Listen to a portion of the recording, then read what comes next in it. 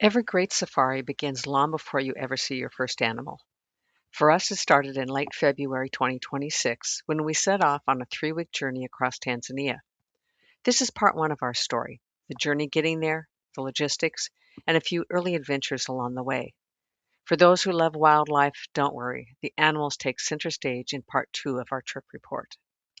We were traveling with dear friends Don and Kathy Marianos, along with our photo guide Edward Self and our local wildlife guide Partena.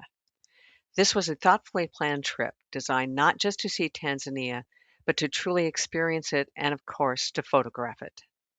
Our journey began with a long flight from California to Tanzania on Qatar Airways, with a 2-night stop in Doha. And I must say, Doha was a wonderful surprise. It's a vibrant, modern city with so much to offer. We visited beautiful museums, wandered through the bustling souk, and enjoyed some of the most delicious Middle Eastern meals in truly elegant settings. Being there during Ramadan added something special. One evening, we joined locals and fellow travelers to watch the firing of the cannon at sunset, marking the end of the day's fast. It was one of those moments that stays with you. As experienced travelers know, there's always a bit of uncertainty along the way. We left Doha on February 26. 2 days later, regional conflict led to the closure of Qatar's airspace. It was a sobering reminder of how quickly plans can change and how lucky we were to get to Tanzania without any problems. From Doha, we flew into Kilimanjaro International Airport, where a driver from Massilia, Africa met us and brought us to Arusha. We spent the night at River Trees Country Inn, a quiet, peaceful place surrounded by greenery. The next morning, we boarded a small single-prop plane for a short flight into the Ndutu Conservation Area. From there, we continued on to Olakira Migration Camp, where we would spend the next 4 nights. It's a mobile camp following the migration, but the tents are comfortable, spacious, and thoughtfully designed. The following day, the heavens opened and we had sporadic rain for the next 7 days. The rain didn't stop our safari drives, but the roads were very wet and we got stuck 11 times in 7 days. Luckily, local drivers are used to these conditions, and we always found someone to give us a quick tow out of the mud. With the rains came a fly hatch, and we learned that the cowtail fly swatter is an essential safari accessory. Ndutu, even in the rain, was simply beautiful. We saw lions and leopards resting in trees, an abundance of bird life, and even a rare caracal. From Ndutu, we made our way to the Kusini area in the southern Serengeti. The drive was, well, quite an adventure. Go, go, go, go, go.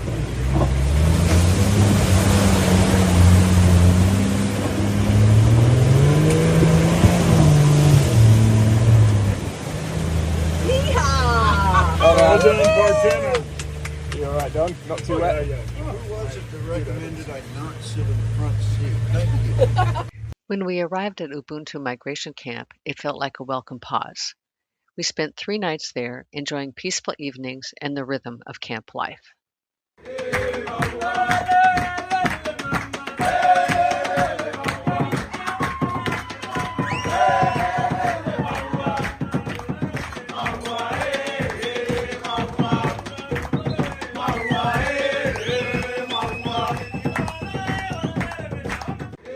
Out on the plains, Kusini delivered extraordinary moments.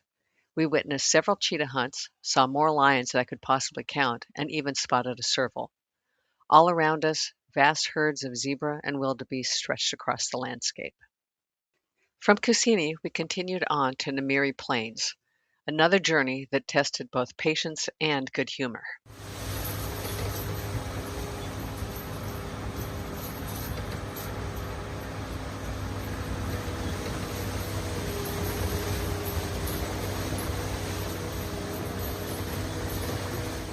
During our stay, we became quite fond of Ubuntu's tractor driver known as 1-2, who came to our rescue more than once. Namiri Plains Retreat became our home for the next 2 weeks, and it was simply lovely. It's a spacious 2-bedroom unit with a large, comfortable living area right in the heart of the wilderness.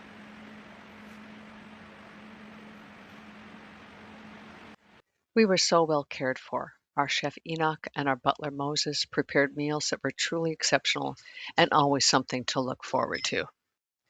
Namiri means big cats in Swahili, which is exactly why we chose to spend so much time there.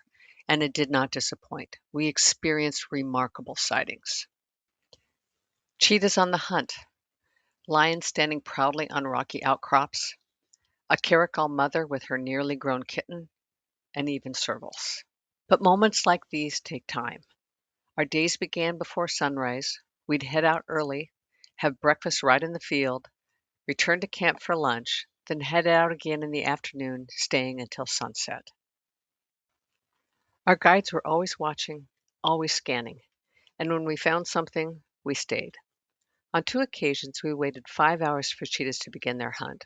5 hours of watching, waiting, wondering, and making coffee. And when it finally happened, it was extraordinary. A photographic safari is a slower pace of travel, one that asks you to be patient, to be present. And in those quiet moments of waiting, you begin to understand this is where the real magic lies. After 3 weeks in the bush, it was time to say goodbye to Serengeti National Park. From Namiri, we drove to Saranera in the central Serengeti and caught a flight back to Kilimanjaro International, where we spent one night at Airport Planet Lodge. At the end of our trip, Qatar's airspace was still closed, but we were lucky enough to get the last 2 seats on a Turkish Airlines flight from Kilimanjaro to Istanbul. After an overnight at Istanbul, we flew nonstop to California, where we're already working on our 2027 trip to the Serengeti.